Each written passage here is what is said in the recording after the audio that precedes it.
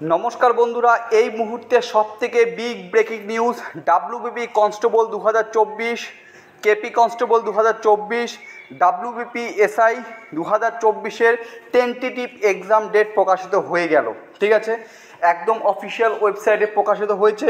আমি তোমাদের ডেটগুলো জানাচ্ছি, তোমরা প্রত্যেকে ভিডিওটি প্রচুর পরিমাণে শেয়ার করো।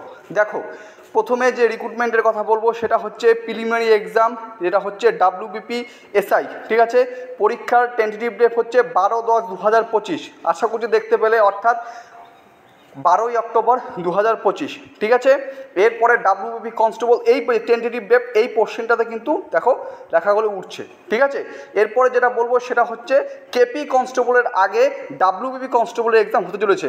Written examination for recruitment to the post of constable West Bengal police 30/11/2025, অর্থাৎ নভেম্বর মাসের 30 তারিখে তোমাদের টেন্টেটিভ ডেট উঠে এসে ডাব্লিউবি কনস্টেবল এর এক্সামের জন্য।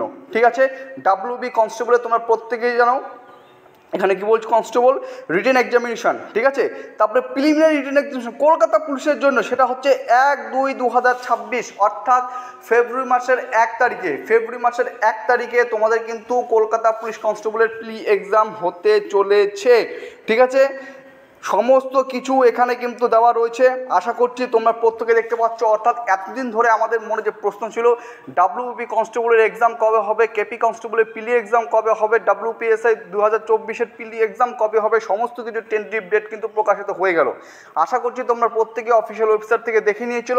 এই ছিল আজকের আপডেট, একটা বিগ গুড নিউজ তোমাদের সাথে আজকে শেয়ার করলাম। ঠিক আছে, চলো ভিডিওটি এখানে শেষ করছি। সবাই সুস্থ থাকবে, ভালো থাকবে। এবার তোমরা ভালো করে জোরদার সহকারে পড়াশোনা শুরু করো। জয় হিন্দ, জয় ভারত।